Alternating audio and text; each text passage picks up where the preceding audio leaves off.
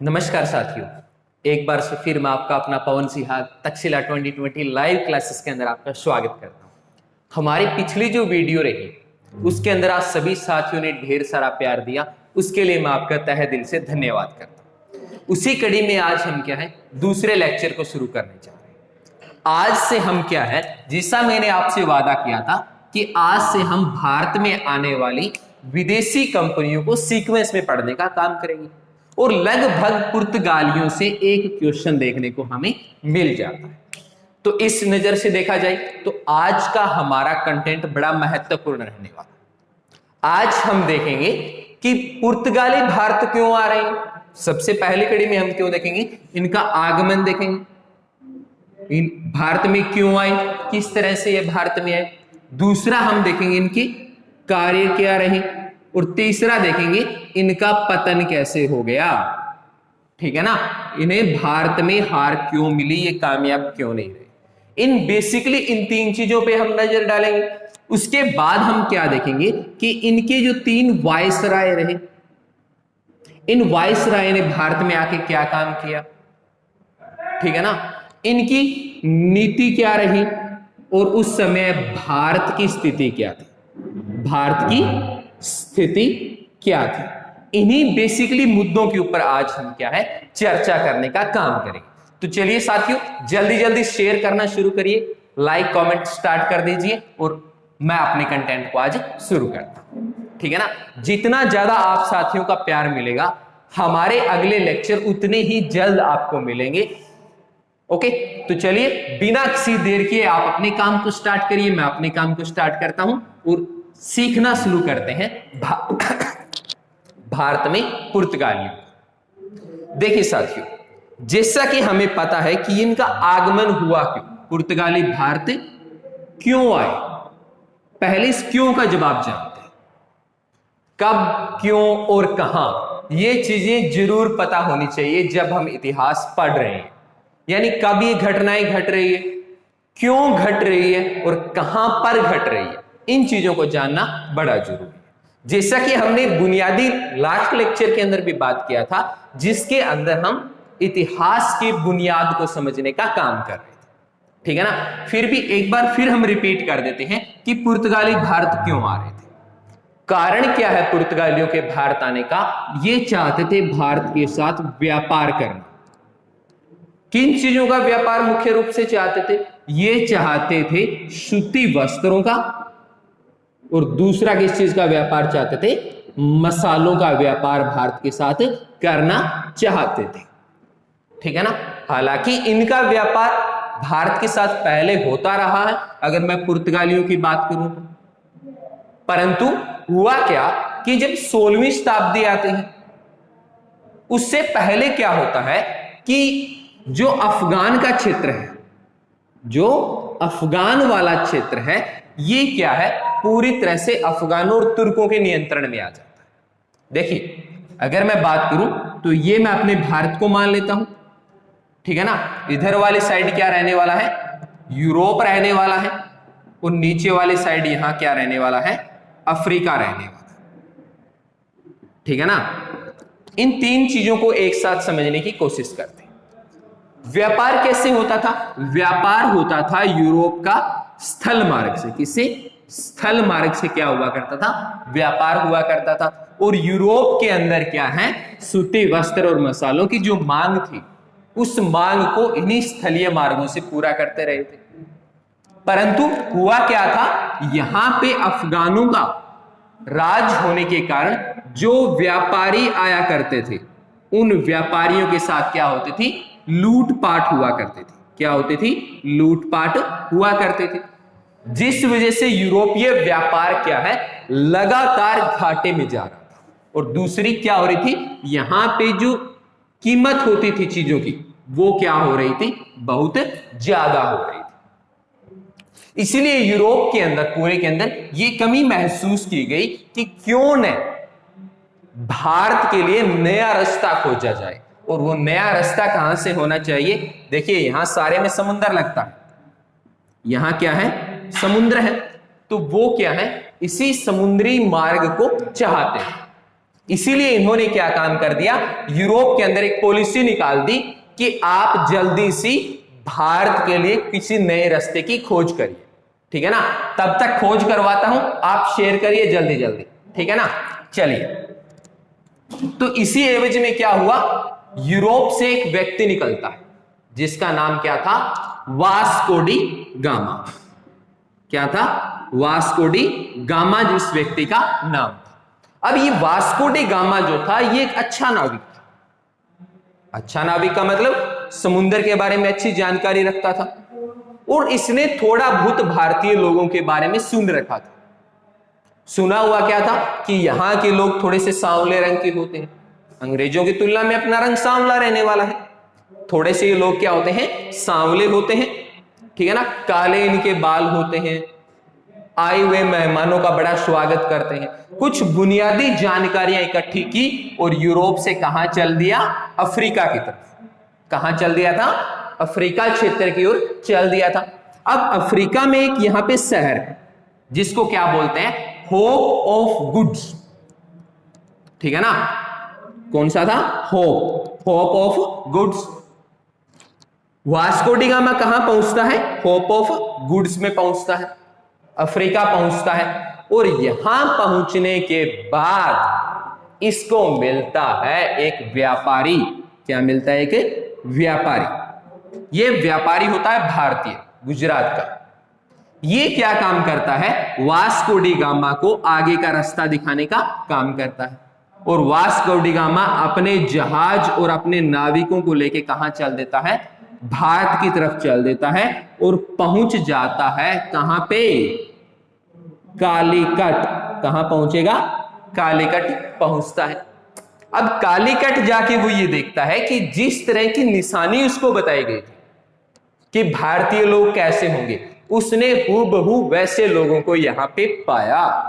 तो इससे अनुमान इसको ये हो गया, विश्वास हो गया कि मैं वास्तव में भारत पहुंचा हूं।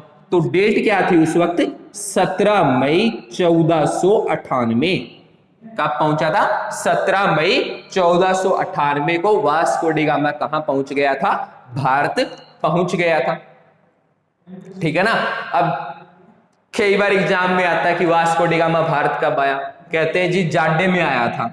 जाडे में क्यों भाई, कह जी कोट पैंट पहना हुआ था, क्योंकि भारत में कोट पैंट कब पहनते हैं, ज्यादातर जब सर्दी का सीजन होता है, ठीक है ना। आज की बात नहीं कर रहा मैं, 1498 की बात कर रहा हूं। आज तो हर मौसम में हर पोशाक भारत में पहनी जाती है, ठीक है ना। तो उस वक्त कब पहनते थे, जब सर्दी का सीजन आता था। तो वास्को डी गामा को देखा है तो उन्होंने किस ड्रेस में देखा है, कोट पैंट में देखा है। बिजी ये तो जाडे में भारत आया था, भाई जाडे में नहीं आया था, बिल्कुल मई का महीना था, ठीक है ना, 17 मई 1498। देखिए कारण भी देख लेते हैं क्या है। कारण क्या है कि यूरोपीय जो कंट्री है ये ठंडी है, यहां का तापमान क्या रहता है, कम रहता है। तो वास्को डी गामा तो अपनी उसी हिसाब से तैयारी करके चला था। इसको ये नहीं पता था यहां जाएगा तो टेम्परेचर 45 डिग्री तक मिलने वाला है, इसको इस बात का अनुमान नहीं था। तो ये जैसे ही भारत पहुंचा यहां तापमान था, ठीक है ना। इसको बताया भी गया था हालांकि कि यहाँ पे तापमान थोड़ा सा ज्यादा रहता है, जिस वजह से यहाँ के लोग क्या होते हैं, थोड़े से काले होते हैं। तो वास्को डी गामा पहुंच गया। अब यहां पे एक हिंदू राजा, कौन है, एक हिंदू राजा, नाम क्या है उसका, जमोरिन। क्या है, जमोरिन। ये जमोरिन क्या करता है, इनका पहुंचने पे स्वागत करता है, क्योंकि इनको पता चलता है जमोरिन को कि कोई विदेशी व्यापारी भारत आ रहा, क्योंकि लगातार लूटपाट की जब ऊपर घटनाएं घट रही थी, उस वजह से लगातार व्यापार क्या होता जा रहा था, कम होता जा रहा था। और जब वास्को डी गामा के रूप में एक नई उम्मीद की किरण नजर आई, तो इस उम्मीद में क्या हुआ, राजा जमोरिन ने उनका क्या किया था, स्वागत किया था कि आइए आप हमारे क्षेत्रों में क्या करिए, व्यापार करिए। क्योंकि केरल का जो क्षेत्र है यहां पे मसाले बहुत होते हैं, यहां क्या है, मसाले बहुत ज्यादा होते हैं। और यूरोप में मांग किस चीज की थी, वास्तव में मांग किस चीज की थी, मसालों की मांग थी, और दूसरी किस चीज की थी, सूती वस्त्रों की मांग थी। ये दोनों मांग भारत के इस हिस्से से आसानी से पूर्ण हो सकती थी। इसके अलावा अगर बात करूं मैं, तो देखिए साथियों, ये क्या है, समुद्री जहाज से आ रहे हैं। कहां से आ रहे हैं? समुद्री जहाजों से। समुद्री बेड़ा इनके पास है। अब समुद्री जहाज को रुकने के लिए क्या चाहिए? उनको चाहिए बंदरगाह। तो ये कालीकट का और ये जो क्षेत्र है, ये कौन सा है? बंदरगाह वाला क्षेत्र है। तो इनको यहां पे अपनी जहाजें रोकने की भी क्या मिल गई? उचित व्यवस्था मिल गई। और जिस सामान का ये व्यापार चाहते थे, क्योंकि अगर सूती वस्त्र और मसाले लेके जाने तो लेके किस में जाएंगे? जहाजों में लेके जाएंगे, ठीक है ना। तो एक इन जहाजों तक सामान यहां पे पहुंचाना भी बड़ा आसान था। इनको बंदरगाह भी मिल गया था, ठीक है ना। इस वजह से इन्होंने क्या है, कालीकट वाला क्षेत्र पुर्तगालियों को बड़ा रास है। अब भारत में रुकने के बाद वास्को डी गामा ने लगभग 3 महीने तक क्या किया? यहां पे वास किया। 3 महीने तक भारत में रहा। भारतीय स्थितियों को अच्छी तरह से समझा कि यहां के लोग चाहते क्या हैं, उनकी सोच कैसी है। क्योंकि आगे ये बड़ा व्यापार चाहते थे। इनका टारगेट अकेला अपना व्यापार करना या भारत में 3 महीने घूमना नहीं था। रणनीति तो ये काफी बड़ी अपने पीछे लेके बैठे, ठीक है ना। तो 3 महीने भारत में रुका और यहां से क्या काम किया? सूती वस्त्र और मसालों को इकट्ठा किया और वापस कहां निकल गया? पुर्तगाल निकल गया। अब पुर्तगाल पहुंचा। जब पुर्तगाल जाने के बाद इसने यहां के जो सामान लेके आया, इस सामान को जब उसने बेचा तो इसको क्या हुआ? यहां पे लगभग 60 गुना यहां पे क्या हुआ था? मुनाफा इसने कमाया। अब जब कोई व्यापारी व्यापार करके सामान लेके जा रहा है और उसको लगभग 60 गुना तक मुनाफा हो रहा है, तो ऐसे में क्या है, पूरे के पूरे यूरोप में एक तरह से हड़कंप मच गया। एक होड़ सी लगने लग गई कि किसी ना किसी तरह से भारत में पहुंचा जाए और वहां के बेशकीमती मसाले और कपड़ों को यूरोप के बाजारों में उतारा जाए, ठीक है ना। क्योंकि यूरोपीय व्यापार इस समय पूरी तरह से देखा जाए तो भारतीय व्यापार पर निर्भर कर रहा था। देखिए, व्यापार, किसी भी बाजार की मांग क्या होती है? जो वहां के उपभोक्ता की मांग होती है वही क्या रहती है? उस बाजार की मांग रहती है। अब यहां के बाजार में जो मांग थी वो किस चीज की थी? भारतीय कपड़े की मांग ज्यादा थी। ओके, तो ऐसे में क्या है कि इन्होंने अपने व्यापार को बढ़ाना शुरू किया। अब वास्को डी गामा भारत आ गया। इधर यूरोप में और कौन कौन सी कंट्रीज है हमें पता है। यहां पे ब्रिटेन है, ठीक है ना, इटली है, अन्य देश है। तो इनके अंदर भी होड़ मचेगी या नहीं कि भारत कैसे पहुंचा जाए। तो ऐसे में क्या है, एक पूरी की पूरी देखते ही देखते यूरोप के अंदर एक नई औद्योगिक क्रांति हो गई, एक नया बाजार खुल गया।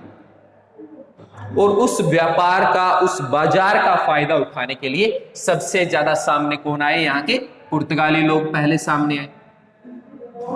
अब देखिए, यहां पुर्तगाली एक बुनियादी गलती करें। बुनियादी गलती क्या करेंगे? मैं ब्रिटेन की तुलना में कंपैरिजन कर रहा हूं। ब्रिटेन के अंदर जब ईस्ट इंडिया कंपनी बनी थी, एक बार थोड़ा समय आगे ले चलता हूं आपको। ईस्ट इंडिया कंपनी बनी थी तो उसके अंदर क्या थी? 217 पार्टनर थे। उनमें एक कौन थी? रानी क्या थी? पार्टनर के रूप में थी, ठीक है ना। जबकि और सारा व्यापार कैसे चल रहा था? कंपनी के अधीन चल रहा था। जबकि पुर्तगालियों ने क्या किया कि यहां का सारा व्यापार किसके नियंत्रण में था? यहां के राजा के नियंत्रण में था। राजा के नियंत्रण में था। तो राजा ने क्या काम किया? वास्को डी गामा को अपने सामने बुलाया कि वास्को डी गामा जी, आप आइए। आपको भारत के लिए रास्ता ढूंढने के लिए कहा गया था। आप मसाले लेके आए हैं, इससे साबित हो गया कि आप भारत को ढूंढ लिया है आपने।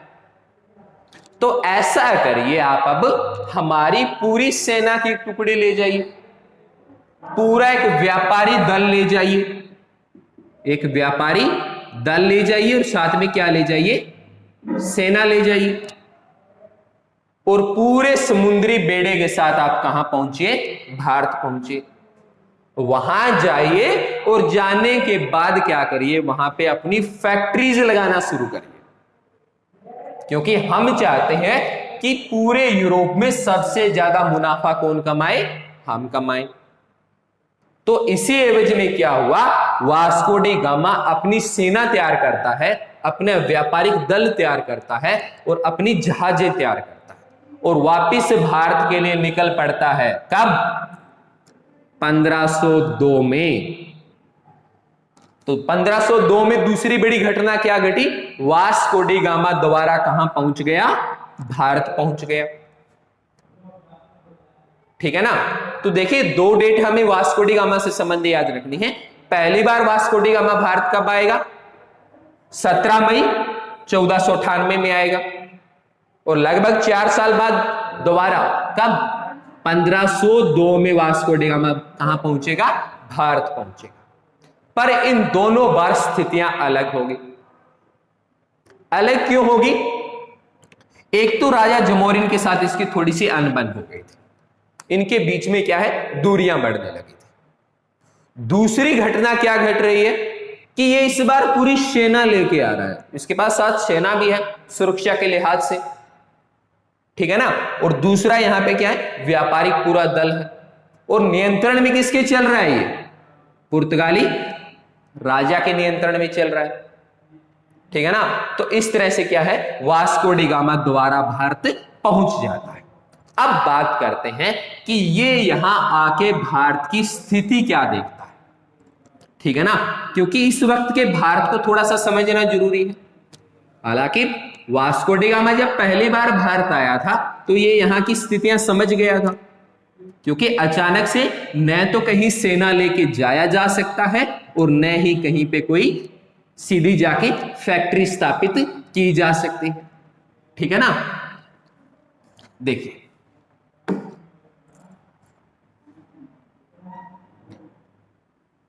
अगर ये बीच वाला भाग मैं हिंदुकुश पर्वत का मान लूं, किसका, हिंदकुश पर्वतमाला मान लूं, तो पुर्तगाली आरंभ में कहां आ रहे हैं, सारे सारे कहां आ रहे हैं, इस नीचे वाले क्षेत्रों में। यहां पे ये जो नीचे का क्षेत्र रह रहा है, सारे यहां आ रहे हैं, केरल, गोवा, इन क्षेत्रों में। और ऊपर वाली साइड कौन राज कर रहा है, मुगल वंश चल रहा है। कौन चल रहा है, मुगल वंश भारत में, मुगल डायनेस्टी राज कर रही है। कब, जब आगे आगे जैसे इनका प्रक्रिया बढ़ी। हालांकि जब 1498 में आएगा, इस वक्त तो यहां पे मुगल नहीं है, इस वक्त यहां पे कोई मुगल नहीं है, पर यहां पे जो दूसरे वंश आगे आगे जैसे जाएंगे, जैसे 1526 तक पहुंचेंगे, क्योंकि आते ही ये नहीं है कि आज चलो भारत में वास्को डी गामा आए 1502 में और आते ही सीधा क्या कर दिया, अभी चलो पूरे भारत में अचानक से फैल जाते हैं, नहीं। जब ये ऊपर वाले उत्तरी भारत में फैलना आरंभ किया, तब उन्होंने क्या देखा कि यहां कौन सा वंश आ चुका था, मुगल वंश आ चुका था। इससे पहले यहां कौन सा वंश था, लोधी वंश था। अब लोधी वंश भी क्या था, ताकतवर वंश था, ठीक है ना। तो ऐसे में क्या है, ऊपर वाली साइड में लोधी वंश था जब आरंभिक काल में, और आगे यहां पे क्या देखने को मिला, इनको मुगल वंश देखने को मिला। इन्हें बाबर भी देखा, हुमायूं भी देखा, अकबर को भी देखा, और खास करके जहांगीर को देखा, क्योंकि अकबर और जहांगीर के साथ इनके हम रिलेशन देखेंगे, हुमायूं के साथ पुर्तगालियों के रिलेशन भी देखने को मिलेगा, ठीक है ना। तो ऊपर वाली साइड में क्या है, भारत की स्थिति मजबूत है। नीचे वाली साइड में इन्होंने क्या देखा कि यहां जो राजवंश है, यहां जो राजवंश राज कर रहे हैं, क्योंकि यहां पहले कौन थे, जो विजयनगर साम्राज्य था, खंडित हो चुका था। यहां के जो राजा थे ये क्या है, छोटे छोटे टुकड़ों में बंट चुके थे। पहले यहां क्या हुआ करता था, एक छत्र राज हुआ करता था। एक छत्र राज का मतलब एक ही राजा राज करता था, जिस वजह से नीचे वाला भाग भी क्या है, ऊपर वाले भाग की तरह एक शक्ति के रूप में उभरा हुआ था। परंतु जैसे जैसे समय बीतता गया नीचे वाला क्षेत्र क्या होता गया, कमजोर होता गया। राजा जमोरिन जैसे राजा आते गए, ठीक है ना। तो ऐसे में क्या है, जब ये वास्को डी गामा दोबारा यहां पहुंचे, इनके पास सेना तो थी, और उस वक्त की भारत के अंदर बात करें, देखिए चाहे ऊपर मुगल लोधी कितने मजबूत रहे हो, ठीक है ना, चाहे तुगलक कितने मजबूत रहे हो, खिलजी कितने मजबूत रहे हो, पर इनके पास क्या है, जल सेना नहीं थी। यानी कि पुर्तगालियों से पानी में ये मुकाबला नहीं कर सकते थे कोई भी, जबकि इनके पास क्या थी, अच्छी जल सेना थी, अच्छे इनके पास सेनापति हुआ करते थे, ठीक है ना। देखिए एक चीज के बीच में अंतर समझाता हूं आपको। अंतर क्या समझते हैं, एक तरफ हम राजाओं की सेना को ले लेते हैं और दूसरी तरफ हम क्या है, पुर्तगाली और ईस्ट इंडिया कंपनी की सेना की बात कर रहे हैं, यूरोपियन की बात कर रहे हैं। भारतीय जो सेना थी ना, जरूर ये ज्यादा हुआ करते थे, पर इनका कभी भी इतना अच्छा प्रशिक्षण नहीं हुआ था। मतलब आज जैसे हम देखते हैं कि अच्छी खासी ट्रेनिंग होती है, ट्रेनिंग के बाद सेना में लिया जाता है, यानी उन्हें लड़ने की जो कला है वो सिखाई जाती है। तो भारतीय राजाओं के संदर्भ में ये बात नहीं लागू होती थी, जबकि ये जो यूरोपियन आ रहे थे इनकी सेना क्या होती थी, पहले से ही प्रशिक्षित होते थे, ठीक है ना। इनकी क्या होती थी, मंथली जो सैलरी होती है, इनको जो तनख्वाह दी जानी होती है, ये तनख्वाह या सैलरी इनको क्या है, एक फिक्स टाइम पे राजा नहीं देता था, जबकि ये लोग क्या होते थे, मंथली सैलरी पे होते थे, ठीक है ना। तो ऐसे में अच्छी प्रशिक्षण होना, टाइम पे उनको सैलरी मिलना, और इनके जो सेनापति होते थे वो अच्छे खासे पढ़े लिखे और युद्ध संबंधी जो क्रियाएं होती है उनमें माहिर हुआ करते थे। तो इस नजर से देख ले, या हम जो लड़ने का सामान होता है, अब इनकी बात करें तो इनके पास क्या होते थे, तीर होते थे, तलवार होती थी भारतीयों के पास, जबकि ये क्या है, तो बंदूकें इनका प्रयोग किया करते थे। तो हर नजर से देखा जाए तो उनकी सेना तो एक अच्छी खासी सेना थी, ठीक है ना। तो इनको जब ये भारत पे आए तो इनको इस चीज का बड़ा फायदा मिला। फायदा क्या मिला कि एक तो भारतीय लोग विदेशियों का स्वागत किया करते हैं, अतिथि देवो भव। दूसरा, कोई बड़ा राजवंश यहां पे नहीं, छोटी छोटी डायनेस्टियों में बंट चुका है भारत। और तीसरी, इनको जो इनका पॉजिटिव पॉइंट रहा वो इनका क्या रहा, अच्छी सेना या अच्छी सेना का प्रशिक्षण। तो आए भारत में, और भारत में आने के बाद इन्होंने क्या कर दिया, अपना व्यापार करना शुरू कर दिया। इसी एवज में इन्होंने क्या काम किया, 1503, कब, 1503 कोचिन में इन्होंने क्या किया, अपना पहला व्यापारिक कोठी, कौन सी, व्यापारिक कोठी की क्या कर दी, इन्होंने स्थापना कर दी।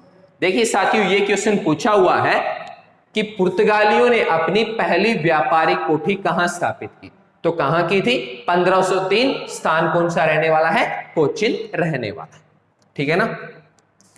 क्योंकि व्यापार करने के लिए एक व्यापारिक कोठी, एक फैक्ट्रीज, एक इंडस्ट्री का होना बड़ा जरूरी है। एक प्रॉपर स्थान होना चाहिए जहां से वो अपने व्यापार को क्या कर सके, नियंत्रित कर सके। तो इसी एवज में इन्होंने क्या काम किया, कोचिन के अंदर अपनी व्यापारिक कोठी क्या कर दी, स्थापित कर दी, ठीक है ना। फिर इनके दूसरी व्यापारिक कोठी की बात कर लेते हैं, कब, 1505 में। कब खोलेंगे दूसरी व्यापारिक कोठी, 1505 में। कहां पे, कन्नूर में। कहां खोली थी दूसरी व्यापारिक कोठी, कन्नूर में। देखिए कम से कम पहली 2 व्यापारिक कोठियां आपको जरूर याद होनी चाहिए। पहली व्यापारिक कोठी कौन सी रहने वाली है? कोचीन रहने वाली है। और दूसरी व्यापारिक कोठी कौन सी रहने वाली है? कन्नूर इनकी दूसरी व्यापारिक कोठी रहने वाली। तो इन्होंने क्या कर दिया, मुख्य रूप से 2 व्यापारिक कोठियां यहां पे स्थापित कर दी। अब व्यापारिक कोठियां खुलने के बाद क्या होने लगा, सीधा व्यापार इनका होने लगा। ठीक है ना। अब इनके व्यापार के ऊपर कोई रोक टोक नहीं रही।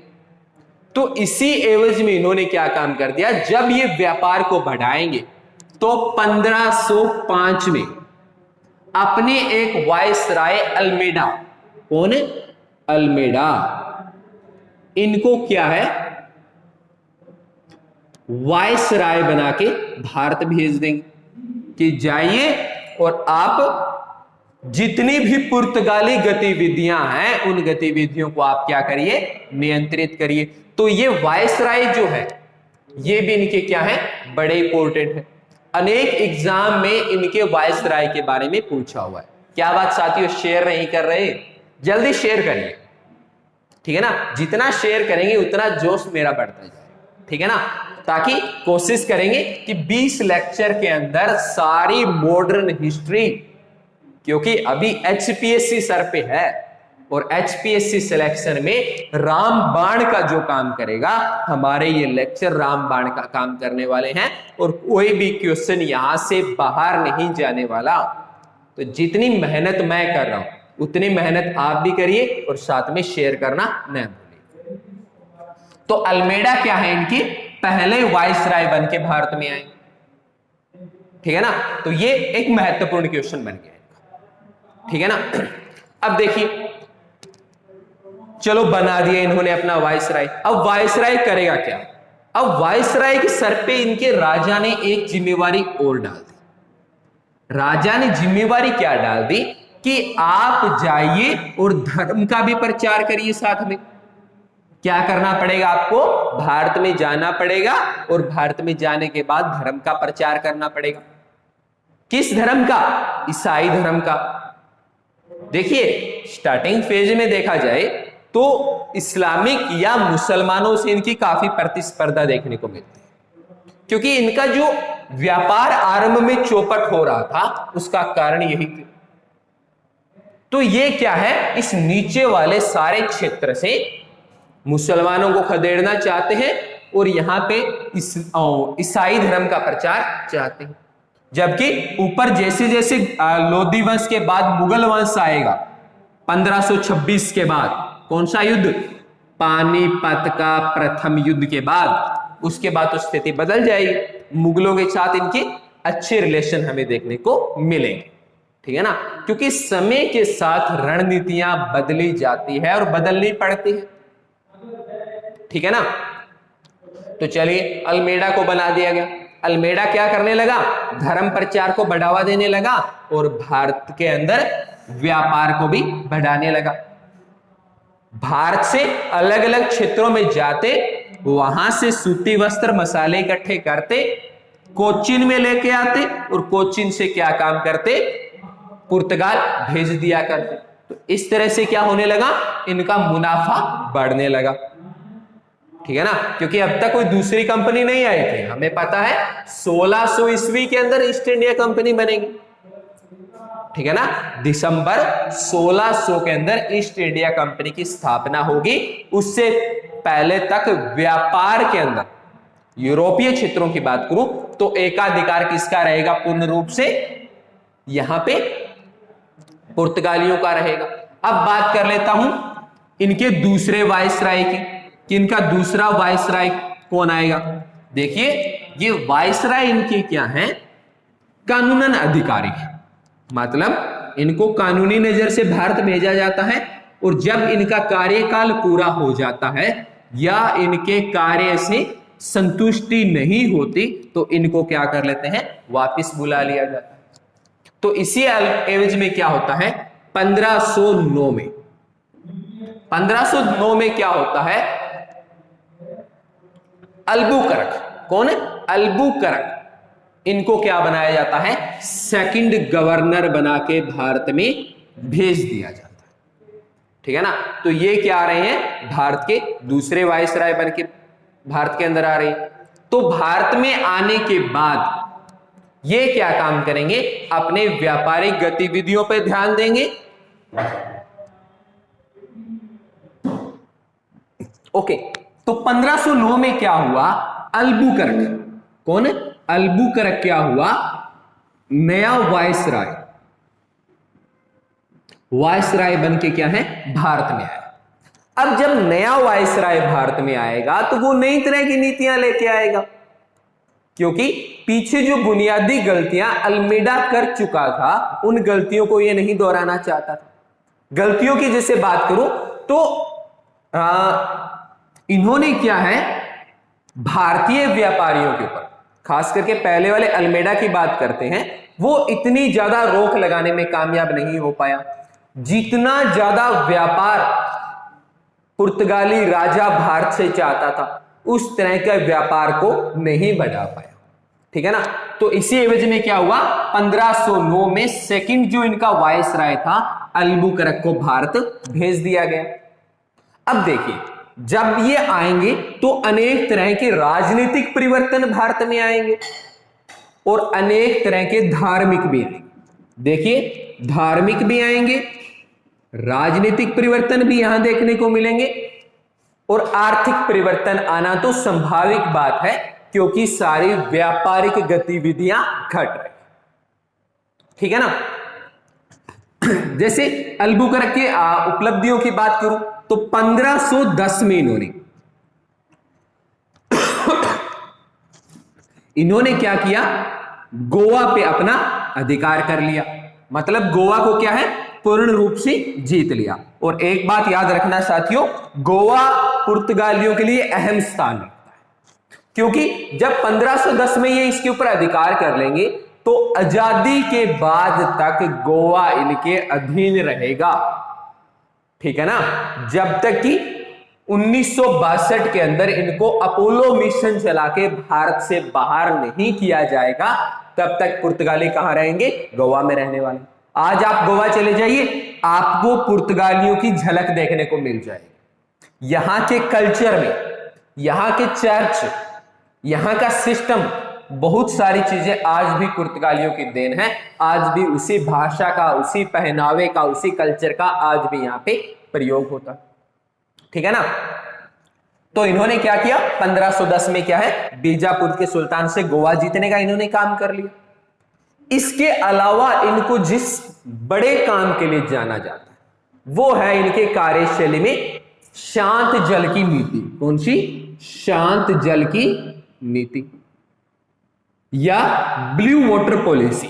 देखिए, ये क्या है, भारत में शांत जल की नीति लेके आए या ब्लू वाटर पॉलिसी लेके आए। अब देखना जरूरी हो जाता है कि ये ब्लू वाटर पॉलिसी या शांत जल की नीति थी क्या। देखिए, शांत जल की नीति के अनुरूप इन्होंने क्या काम किया, जो समुद्री रास्ता था इसके ऊपर इन्होंने क्या कर लिया, अपना अधिकार कर लिया। ये क्या काम करते थे, देखिए, पुर्तगालियों की जल सेना बहुत अच्छी थी। इन्होंने समुद्र के अंदर अपने नाविकों को छोड़ दिया। जब भी कोई भारतीय व्यापारी क्या काम करता था, व्यापार के लिए समुद्र में जाता था, तो वो लोग इनको क्या कर लेते थे, लूट लिया करते थे। लूटपाट इनके साथ होने लगे। जब ये लूटपाट की घटना इनके साथ बढ़ने लगी तो ये भारतीय व्यापारी किसके पास आएंगे, वायसराय के पास, कि समुद्र में हमारे साथ क्या हो रही है, लूटपाट हो रही है, लोगों को मारा जा रहा है, हमें व्यापार नहीं करने दिया जा रहा। तो ऐसे में क्या होता था, इन्होंने पॉलिसी निकाली कि आप क्या काम करिए, एक समुद्री कर दे दीजिए, टैक्स दे दीजिए, हम उसके बाद आपको एक पत्र जारी करेंगे और इस पत्र के बाद आपको समुद्र में कोई नहीं लूट पाएगा। जब भी कोई आए आप ये पत्र उनको दिखा देना। ठीक है ना, तो ऐसे में क्या है, जो भारतीय व्यापारी थी उनके अंदर इस पत्र को हासिल करने की एक तरह की होड़ सी लग गई। ठीक है ना। लोग ये पत्थर हासिल करना चाहते थे और ऐसा करते करते क्या है, समुद्री रास्तों के ऊपर यूरोपियों का पूर्ण रूप से अधिकार हो गया। जिसको ये व्यापार की आज्ञा देते थे वही लोग व्यापार करते थे, बाकी लोग इनकी मर्जी के बगैर व्यापार नहीं कर सकते थे। तो इसी समुद्र के ऊपर इस रूप में कब्जा करना इनका क्या कहलाता था, शांत जल की नीति कहलाता था। बड़ा महत्वपूर्ण क्वेश्चन है, आया हुआ क्वेश्चन है। शांत जल की नीति या ब्लू वाटर पॉलिसी किससे संबंधित है, किसने चलाई थी, क्या ये नीति थी, तीनों चीज आपको माइंड में रखना, ठीक है ना। चलिए, इसके अलावा इन्होंने भारत में आके क्या किया, इन्होंने क्या किया, धीरे धीरे भारतीय वस्तुओं को तो ये आयात निर्यात करते थे, इसके अलावा क्या काम करते थे, भारत के अंदर ये तंबाकू का क्या करने लगे, ये उत्पादन करने लगे। अब देखिए, ये जो पुर्तगाली लोग थे तंबाकू खाने के बड़े शौकीन थे, तंबाकू इनको बड़े अजीज थे। तो भारत में ये अपने साथ क्या ले आए, तंबाकू ले आए। अब तंबाकू उगानी स्टार्ट कर दी, क्योंकि रोजाना पुर्तगाल से तंबाकू नहीं मंगाई जा सकती। और जब धीरे धीरे भारतीयों को इस चीज का पता चला तो इनको लगा यार ये तो बड़ी काम की चीज है, ठीक है ना। आप बात कर लीजिए हरियाणा के एवज में। अब हरियाणा की बात करें तो हरियाणा में तो शायद ही कोई ऐसा होगा गांव जो इस चीज से अछूता होगा, ठीक है ना। तो तंबाकू का जो उत्पादन है भारत में वो किसकी देन माना जाता है, पुर्तगालियों की माना जाता है, ठीक है ना। अब मानिए अगर पुर्तगाली नहीं आए होते तो उन बुड्ढों की महफिल का क्या होता जो शाम को हर गांव में हर चौराहे पे सजती है, ठीक है ना। एक बड़ा योगदान है। इसके अलावा क्या है, काजू को भी भारत में कौन लेके आए थे, यही पुर्तगाली लेके आए थे, और भारत में क्या है, काजू की पैदावार करने लगे थे। इसके अलावा जो प्रिंटिंग होती है, प्रिंटिंग प्रेस होती है, इसका प्रचलन भी भारत में किसने किया था, पुर्तगालियों ने किया था। देखिए ये क्वेश्चन पूछे हुए हैं, काजू, प्रिंटिंग प्रेस, तंबाकू, ओके। इसके अलावा आधुनिक तरीके से आभूषण बनाने का काम क्या। अब देखिए भारत में बात हो, राजा महाराजा रजवाड़े जहां रहते हो वहां पे आभूषणों का एक अहम स्थान होगा, ठीक है ना। भारतीय नारी का आभूषणों के बगैर श्रृंगार अधूरा है। यूरोप में तो इतना नहीं पहना जाता, पर भारत के एवज में बात करें तो आभूषण बहुत पहने जाते हैं, ठीक है ना। तो ऐसे में इन्होंने क्या है, देखिए आभूषण तो भारत में बहुत पहले से बनते आ रहे हैं। चाहे आप सिंधु घाटी सभ्यता की बात कर लो, इस समय भी आभूषण बनते थे, आज भी आभूषण खुदाई के दौरान मिले हैं। पर मशीनों से और आधुनिक ढंग से बनाने का काम किसने शुरू किया था, इन्होंने किया था। तो ये कई सारी चीजें ऐसी हैं जो इन लोगों ने भारतीयों को दी थी, और भारत में आज भी इन चीजों का प्रचलन तो हुआ, पर इनको बहुत उच्च स्तर तक इनको बढ़ावा देने का काम भी हुआ, ठीक है ना। इसके अलावा भारत में इन्होंने क्या किया, इन्होंने कुछ बुनियादी गलतियां भी की। अब अल्बुकर्क के समय में क्या हुआ, इन्होंने एक स्कीम निकाली। इन्होंने कहा क्यों न भारतीयों के साथ पारिवारिक संबंध स्थापित कर लिए जाएं। पारिवारिक संबंध का मतलब आप इनके साथ मैरिज रिलेशन स्थापित कर लीजिए, क्योंकि अगर भारतीय किसी मेहमान का इतना स्वागत कर सकते हैं तो जिनके साथ इनके पारिवारिक संबंध स्थापित हो जाएंगे उसका तो ये कभी ऑब्जेक्शन नहीं करेंगे, कभी विरोध नहीं करेंगे। तो इसीलिए इन्होंने क्या स्कीम निकाली थी कि भारत में जो खास करके विधवा है इनसे क्या करिए, आप पुर्तगालियों को कहा इनसे आप विवाह कर लीजिए, शादी कर लीजिए। अब देखिए यहां ये मार खा गए थोड़ी सी।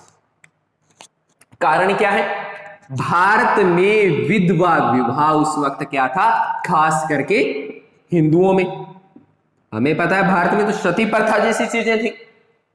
तो एक विधवा के विवाह की बात सुनकर उस समय कैसा लगता होगा लोगों, आप सोच लीजिए, ठीक है ना। दूसरी तरफ क्या है, हिंदुत्व में बात करें तो जात पात का बहुत बोलबाला होता है था उस वक्त। आज स्थितियां जैसे से शिक्षा का बढ़ावा मिला है, आज स्थितियां बहुत सुधर गई है। शायद आने वाले समय में भारत का सौभाग्य होगा कि ये चीजें पूर्ण रूप से क्या हो जाएगी, समाप्त हो जाएगी, पर उस वक्त इनका बहुत बोलबाला था।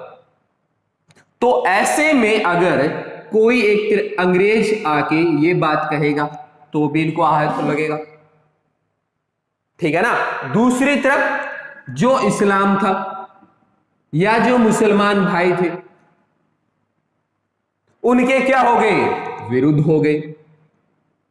अब भारत में दो कम्युनिटी तो है मुख्य रूप से उस वक्त, हिंदू है, उनके धर्म के विपरीत इन्होंने कार्य करना शुरू कर दिया, और दूसरी तरफ इन्होंने क्या काम कर दिया, मुसलमानों से भी बैर ले लिया। तो भारत में दो तरह के मुख्य रूप से राजवंश है, उन्हीं से आप लोहा ले रहे हैं, तो ये तो भारत में पतन का संकेत है, ठीक है ना। देखिए भारतीय लोगों की खास बात क्या है, चाहे वो किसी भी धर्म के हो, चाहे वो हिंदू हो, मुसलमान हो, सिख हो, ईसाई हो, चाहे अन्य धर्म से, भारतीय लोगों में धार्मिक भावना बड़ी प्रबल होती है।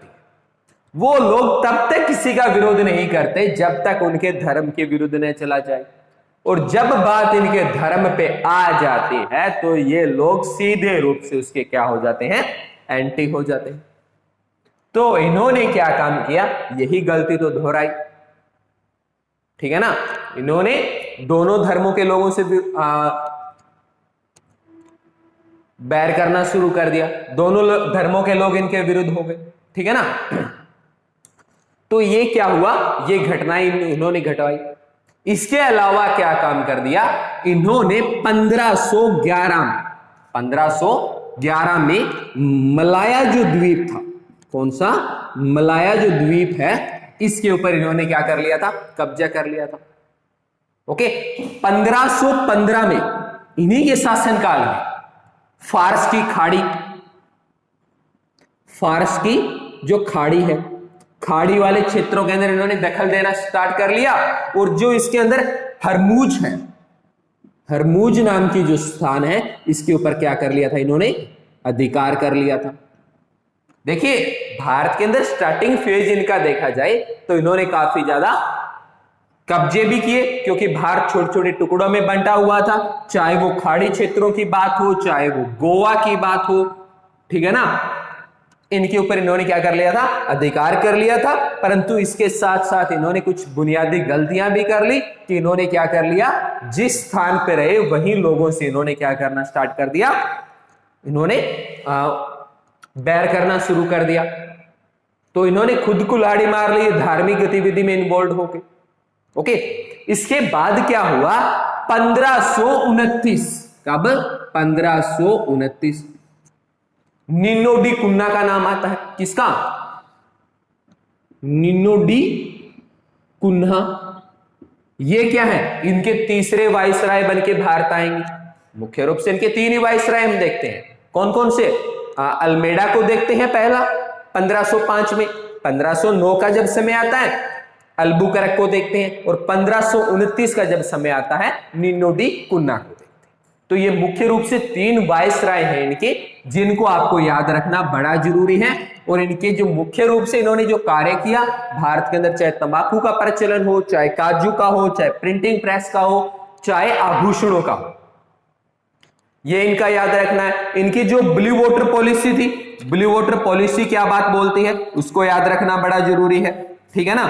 तो इन चीजों को समझे बगैर हम क्या है, पुर्तगालियों को नहीं समझ सकते, ठीक है ना।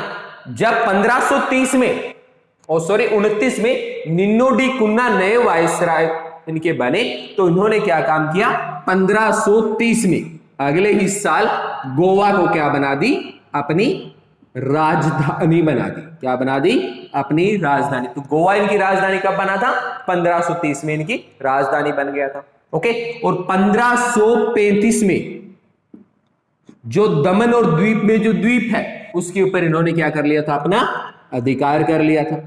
देखिए आरंभिक फेज में इनका जो विस्तार था वो काफी ज्यादा रहा था, ठीक है ना। पर उसके बाद हम क्या देखते हैं, ये डचों से बैर ले लेंगे, क्योंकि इस समय के बाद जैसे जैसे समय आगे बीतता जाएगा हमें पता है भारत में ईस्ट इंडिया कंपनी भी भारत आएगी, डच भी आएंगे और फ्रेंच भी आएंगे, फ्रांसीसी भी आएंगे। तो जैसे जैसे ये लोग भारत में आएंगे, भारत में आने के बाद इनकी शक्ति क्या होने लगेगी, कमजोर होने लगेगी। क्योंकि कमजोरी का कारण क्या था, कारण यह था कि भारतीय जनता भी इनके विरोध में थी और जो विदेशी व्यापारी आ रहे थे वो भारतीय राजाओं को क्या दे रहे थे, प्रलोभन दे रहे थे। हालांकि मुगल काल की बात करूं, थोड़ा सा नजर मुगल काल पे भी डाल लेते हम। यदि मैं मुगल काल या मुगल डायनेस्टी पे बात करूं तो मुगलों के साथ आरंभिक फेज में इतने अच्छे रिश्ते नहीं रहते, पर एक समय ऐसा आता है जब पुर्तगालियों के जहांगीर जैसे राजाओं के साथ अच्छे रिश्ते स्थापित हो जाते। इसके समय जहांगीर, देखिए जहांगीर के बारे में इसलिए बोल रहा हूं क्योंकि जहांगीर क्या था, यह भी तंबाकू का बड़ा शौकीन था। देखिए जब अंग्रेज जो राजदूत होते थे वो मुगलों के दरबार में व्यापारिक आज्ञा लेने आए थे, उस वक्त जहांगीर ने उनको आज्ञा देने से मना कर दिया था। क्यों? क्योंकि जो पुर्तगाली थे वो जहांगीर को तंबाकू ला के दिया करते थे। देखिए तंबाकू के बदले अंग्रेजों की परमिशन रुक गई थी, ये आलम था, ठीक है ना। अच्छा, इसके अलावा देखा जाए तो ये 1580 के दशक में, कब? 1580, ये क्या है पुर्तगाली, ये स्पेन के साथ मिल गए थे। क्या हो गया था? स्पेन के साथ मिल गए थे। और जब स्पेन युद्ध हारा तो पुर्तगालियों की शक्ति भी क्या हो गई थी, यहां पे खत्म होनी शुरू हो गई थी। ओके, तो ये एक बड़ा कारण है कि 1580 के अंदर और 1588 के अंदर ये दो युद्ध मुख्य रूप से याद रखने हैं। ये स्पेन के युद्ध थे और ये स्पेन के युद्ध में साथ कौन थे? पुर्तगाली थे। और पुर्तगालियों की शक्ति भी यहां पे क्या हो गई थी, खत्म होनी शुरू हो गई। देखिए स्टार्टिंग फेज में इन्होंने अपनी शक्ति को काफी बढ़ाया, परंतु धीरे धीरे भारत में क्या है, पुर्तगालियों की शक्ति क्या होने लग गई थी, खत्म होने लग गई थी। तो अब अंतिम जो नजर है वो इस पे डाल लेते हैं कि पुर्तगाली भारत में खत्म क्यों हो गई। क्योंकि जिस ताकत के साथ, जिस रफ्तार के साथ ये भारत में आए थे और आने के बाद जिस तरह की इन्होंने नीतियां निकाली थी, उसके बाद इनका पतन क्यों हुआ ये जानना बड़ा जरूरी है, ठीक है ना। क्योंकि कोई भी कंपनी अगर स्टेबल हो रही तो वो इतनी आसानी से तो नहीं पतन की तरफ जाएगी। तो हम देखेंगे इनका पतन क्यों हुआ और क्या कारण है कि अंत में यही लोग महज एक गोवा के ऊपर सिमट के रह गए थे। तो कारण की बात करें इनके पतन की, तो सबसे पहला कारण तो हम यही देंगे कि 1580 में और 1588 में जो स्पेन के युद्ध हुए थे, उन स्पेन के युद्ध में साथ कौन थे? पुर्तगाली थे। और ये युद्ध कौन हारे थे? स्पेन हार गया था। और हारने के कारण क्या है, पुर्तगाली भी इस युद्ध को हार गए थे और पुर्तगालियों की शक्ति क्या होने लग गई थी, कमजोर हो गई थी। दूसरा कारण क्या है कि पुर्तगालियों ने भारतीय जो राजा है, कौन है? भारतीय जो राजा है, इनके अंदरूनी जो मामले हैं, अंदर के जो मामले हैं, उनके अंदर इन्होंने क्या कर दिया था, दखल अंदाजी देना शुरू कर दिया था। अब किसी भी राजा के काम में जाके आप टांग अड़ाएंगे तो क्या वो राजा बर्दाश्त करने वाला है? बिल्कुल नहीं करने वाला। तो ये क्या है, एक पतन की निशानी है। अगला कारण क्या था? इन्होंने भारतीय जो व्यापारी थे, इन व्यापारियों के व्यापार पे क्या लगानी स्टार्ट कर दी थी, रोक लगानी शुरू कर दी थी। तो इस वजह से इनका पतन क्या होना था, संभावित था।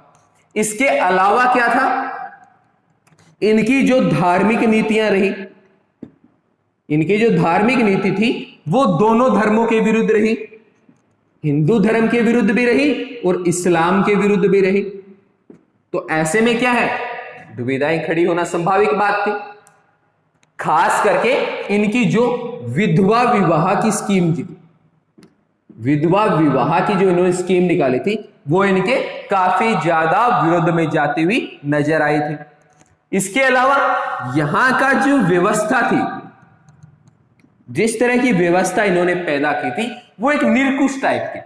मतलब इनके ऊपर किसी तरह का कोई रोक नहीं था। रोक न होने के कारण भी क्या है, इनको काफी ज्यादा नुकसान होने लगा। यहां की जो कंपनी थी, यहां की जो कंपनी थी, ये राजा के अधीन थी। तो जब कंपनी के अंदरूनी मामले बिगड़ने लगे तो राजा ने क्या काम किया, ज्यादा दखल अंदाजी नहीं दी, जिस वजह से भी इनका क्या होने लगा, पतन होने लगा। जब इनके संघर्ष होने लगे, किसके साथ, अंग्रेजों के साथ, डचों के साथ खास करके, और फिर फ्रेंच लोगों के साथ, तो जब ये इन विदेशी कंपनियों के साथ इनके संघर्ष शुरू हुए, तो उस काल में पुर्तगाली राजा ने इनको किसी तरह का कोई सहयोग नहीं दिया। तो यह भी एक बड़ा कारण रहा कि ये लोग खत्म होने की कगार पे आ गए। आठवां कारण क्या रहा, उस समय तक ब्राजील की खोज हो चुकी थी। किसकी, ब्राजील। ब्राजील की खोज होने की वजह से पुर्तगालियों को क्या है, एक नए व्यापारिक केंद्र के रूप में मिल गया था, जिसकी वजह से क्या है, पुर्तगालियों ने भारत से अपने ध्यान को हटा लिया और सारा ध्यान कहां लगा दिया था, ब्राजील की तरफ लगा दिया था, क्योंकि यहां कंपटीशन बढ़ने लगा था। ठीक है ना। यहां के राजा की जो कठोर नीतियां थी,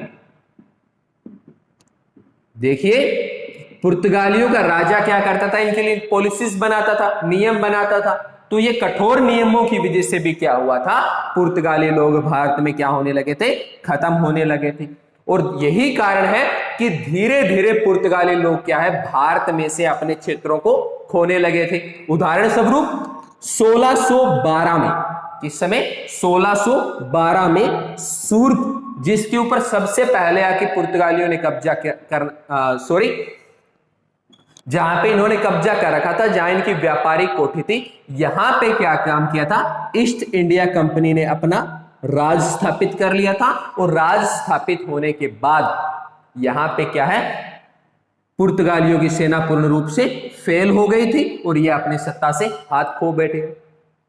ओके, पर 1659 में श्रीलंका वाले क्षेत्र में, किसमें, श्रीलंका वाले क्षेत्र में पुर्तगालियों का अधिकार हुआ करता था। तो यह अधिकार भी क्या है, बहुत जल्दी पुर्तगालियों के हाथ से श्रीलंका भी चला गया था। और इससे पहले क्या है, 1612 के अंदर क्या है, सूरत को भी ये खो चुके थे। ठीक है ना। इसके अलावा 1596 की बात कर लेता हूं। डचों ने क्या काम किया था, पुर्तगालियों से युद्ध स्टार्ट हो गए थे और दक्षिण पूर्व एशिया से, कहां से, दक्षिण पूर्व एशिया जो क्षेत्र है, इस एशिया क्षेत्र से क्या काम किया था, पुर्तगालियों को बाहर कर दिया था। तो इस तरह से देखा जाए तो ये पुर्तगाली लोग बहुत जल्द भारत में आए भी, और आने के बाद इन्होंने अपनी फैक्ट्रियों को बढ़ाया भी, पर देखते ही देखते इन्होंने अनेक बुनियादी गलतियां की और इनके पतन के कुछ एक कारण रहे, जिनकी वजह से एक बहुत विस्तृत कंपनी भारत के अंदर क्या हो गई, फेल हो गई और इनका पतन होना शुरू हो गया। ठीक है ना। हालांकि कई राजाओं ने इनको सपोर्ट भी किया था आरंभिक फेज में। यहां तक कि अकबर की बात कर लें तो अकबर जैसा राजा भी इनको क्या करता है, सपोर्ट करता है। ठीक है ना। इसकी जहांगीर भी इनको सपोर्ट करता है, परंतु एक लंबे समय तक इनको सपोर्ट नहीं कर पाता और न ही इनको किसी तरह की ज्यादा कोई सैन्य सहायता दे पाता। हालांकि वित्तीय की बात करें तो इनको चर्च बनाने की आज्ञा भी मुगलों ने प्रदान की थी कि आप चर्च बनाए रख सकते हैं। कहां पे, लाहौर वाले क्षेत्रों में। देखिए लाहौर में चर्च बनाए रखने की आज्ञा किसने दी थी, मुगलों ने दी थी। ठीक है ना। इसके अलावा इनको व्यापारिक स्थान भी प्रदान किए थे मुगलों ने। हालांकि बाद में हम देखेंगे कि जब ईस्ट इंडिया कंपनी आएगी तो स्थितियां बदलने लगेगी। ठीक है ना। 1616 के आसपास स्थितियां, 15 के आसपास अंग्रेजों की स्थिति क्या होने लगेगी, भारत में मजबूत होने लगेगी, और जो पुर्तगाली है इनकी शक्ति तो पूर्ण रूप से खत्म होने की कगार पे। और यही कारण है कि ये अपने इतने सारे युद्ध और बुनियादी गलतियां करने के बाद अंत में इन्होंने क्या काम किया, जो ईस्ट इंडिया कंपनी थी, जो डच थे, उनसे यह समझौता किया कि आप ऐसा करिए कि हमें भारत का मात्र एक क्षेत्र दे दीजिए। ठीक है ना, मात्र कितना क्षेत्र दे दीजिए, एक क्षेत्र, और वो क्षेत्र कौन सा था इनके लिए, गोवा था। ठीक है ना, इसलिए गोवा के अंदर क्या है, इनका बेसिकली व्यापार चलता था, गोवा से व्यापार को किया भी, पर उतने बड़े स्तर पे व्यापार नहीं किया जितने स्तर पे इन्होंने आरंभिक काल में व्यापार किया। ठीक है ना, इनका व्यापार बिल्कुल सिमट के रह गया था, बुनियादी चीजों का ही व्यापार हुआ करता था। ओके, और इन्होंने भी कभी भी मुड़कर अंग्रेजों के साथ युद्ध या उनसे लोहा लेने का काम भी नहीं किया। और यही कारण है कि जब तक देश आजाद होगा 1947 में, 1947 तक ईस्ट इंडिया कंपनी या ब्रिटेन इनको कुछ नहीं कहने वाला, ये भारत में एज इट इज बने रहेंगे। ठीक है ना, और जब देश आजाद हो जाएगा, आजादी के बाद भी ये भारत में थे, अंत में क्या होगा, सैन्य कार्रवाई की जाएगी और सेना कार्रवाई के थ्रू इनको क्या किया जाएगा, भारत से बाहर किया जाएगा। तो ये बेसिकली आज का हमारा जो लेक्चर रहा वो किस चीज पे रहा, पुर्तगालियों पे रहा। आशा उम्मीद करूंगा इससे संबंधित आपके माइंड में या जहन में कोई क्वेश्चन नहीं रहा होगा। हालांकि इनके कुछ युद्ध भी होंगे। युद्ध किससे होंगे, अंग्रेजों से होंगे, डचों से होंगे। इन युद्धों को हम क्या है, जब हम ईस्ट इंडिया कंपनी को पढ़ेंगे, जब हम डच ईस्ट इंडिया कंपनी को पढ़ेंगे, उस समय उन युद्धों को भी क्या करेंगे, विस्तार से जिक्र करेंगे। ठीक है ना, विश्वास रखिए साथियों, एक भी क्वेश्चन बाहर नहीं जाने देंगे। आपका सिलेक्शन करवाना हमारी गारंटी है, पर हमारे साथ लगातार बने रहना यह आपका कार्य है। ठीक है ना, तो उम्मीद करूंगा आज का लेक्चर आपको अच्छा लगा होगा और आप इसको लाइक, कमेंट और शेयर कर रहे होंगे और करते रहिए। तो बहुत जल्द आपको पार्ट नंबर 2 में मिलते हैं इसी के एवज में, और जिक्र करते हैं ईस्ट इंडिया कंपनी का। देखेंगे ईस्ट इंडिया कंपनी भारत में किस तरह से आ रही है, क्योंकि भारत की राजनीति और अर्थव्यवस्था को सबसे ज्यादा जो प्रभावित करेगा वो कौन करने वाली है, ईस्ट इंडिया कंपनी करने वाली है। ठीक है ना, तो चलिए साथियों, इसी के साथ आज मैं आपसे अलविदा चाहूंगा।